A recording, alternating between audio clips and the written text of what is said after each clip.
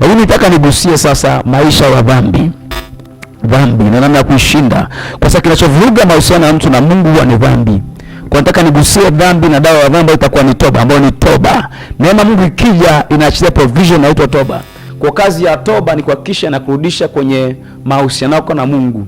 Kwa kama haujafikia toba ya kweli, maana yake ni kwamba hauwezi ukawa na mahusiano mazuri na Mungu. Na kama hujajua kutumia privilege au faida ya toba, kuhakikisha unafanya toba ya kutosha kabisa, inakurudisha kwenye uwepo wa Mungu, hauwezi ukafika mbali. Kwa neema Mungu ikija, si kwamba neema ipo, ni kweli neema ipo, lakini kwenye neema lazima ufike toba.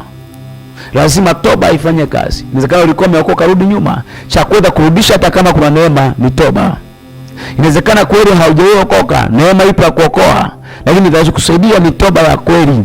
Kwa lazima ujue dhambi, lakini pia ujue toba. Sasa zungumza kidogo kwa habari ya dhambi. Dhambi ni nini hasa? Dhambi kwa Kigiriki tunasema ni harimatia kwa Kiyunani, lakini kwa Kiebrania ni chata.